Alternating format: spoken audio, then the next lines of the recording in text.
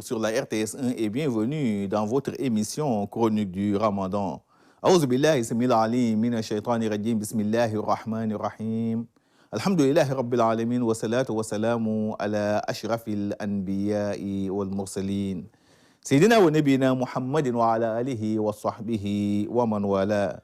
Chers frères et sœurs en islam, nous poursuivons notre thème sur les devoirs conjugaux.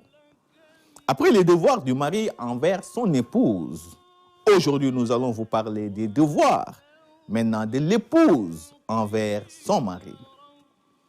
Donc une fois le mariage conclu, la femme doit savoir qu'elle est sous la responsabilité entière de son mari. De ce fait, elle doit respecter à la lettre ses droits suivants, pour non seulement que les enfants issus de ce mariage soient bénis, mais aussi avoir ou prétendre à la miséricorde d'Allah subhanahu wa ta'ala.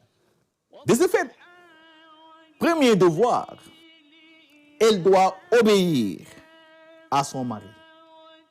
L'obéissance, quel qu'en soit son statut et son rang social, et se soumettre à lui. Mais attention, lui obéir dans les limites de ce qui est permis, ce qui est autorisé par Allah subhanahu wa ta'ala. C'est très important. Et non de lui obéir dans des actes qui ne sont pas du tout agréés par Allah subhanahu wa ta'ala. On a l'habitude ici dans notre société de dire que la femme doit obéir aveuglément à son mari. Non. Il doit obéir à son mari, mais dans les limites de ce qui est permis par Allah subhanahu wa ta'ala. Deuxièmement, la femme doit respecter son époux en préservant à tout prix, j'ai dit, son honneur et sa dignité. Elle doit éviter de le dénigrer ou de le sous-estimer, surtout en public. Cela peut déstabiliser facilement un mariage. Un mari, on doit le respecter, l'honorer et lui obéir dans les limites de ce qui est, dans les limites de ce que Allah subhanahu wa ta'ala nous autorise. 3. L'épouse doit préserver les biens de son mari et éviter surtout de les gaspiller ou de les dilapider. Elle doit veiller sur tous les biens matériels qui se trouvent, n'est-ce pas, dans le domicile conjugal. Même pour les denrées alimentaires, l'eau, l'électricité, le téléphone, tout cela, c'est à l'épouse de les gérer convenablement. L'épouse doit savoir qu'elle est responsable, n'est-ce pas, dans le domicile conjugal. Et au jour dernier, elle sera sans doute interrogée sur la gestion, n'est-ce pas, de son foyer. Le prophète nous le dit, sallallahu alayhi wa sallam, wal mar'atu ra'iyatun fi bayti zawjiha wa mas'ulatun an ra'iyatiha. La femme est responsable dans le domicile conjugal. Et au jour dernier, elle sera sans doute interrogée, n'est-ce pas, sur la gestion de son foyer. 4.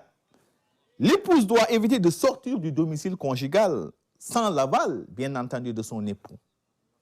Sinon, elle sera sous l'emprise de la colère d'Allah subhanahu wa ta'ala jusqu'à son retour. Ayyum ra'atin harajat fi baytiha bi ghayri izni zawjiha kanat fi sukhtillahi ta'ala hatta tarja.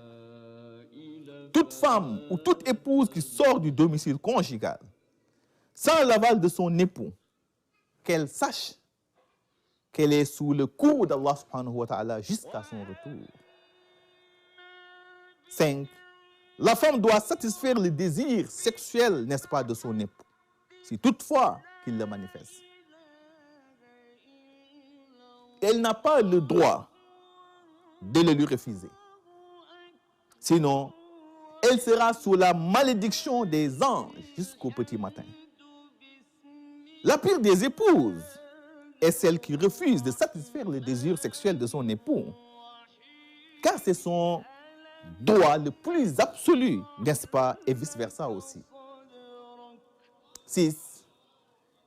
L'épouse doit éviter d'observer un jeûne surrogatoire sans l'aval de son mari, surtout quand ce dernier est bien présent. Le prophète nous le dit, sallallahu alayhi wa sallam, La yahilu lil mar'ati an tasuma wa zawjuha shahid illa bi izni. Quand l'époux est présent, il est interdit à son épouse d'observer un jeûne surrogatoire sans son accord. Donc voilà quelques devoirs, n'est-ce pas, que l'épouse doit honorer envers son mari. Chers frères et sœurs en islam, nous voilà au terme de notre rappel, nous voilà au terme de notre chronique. Merci de l'avoir suivi et à demain, Inch'Allah, pour un autre numéro.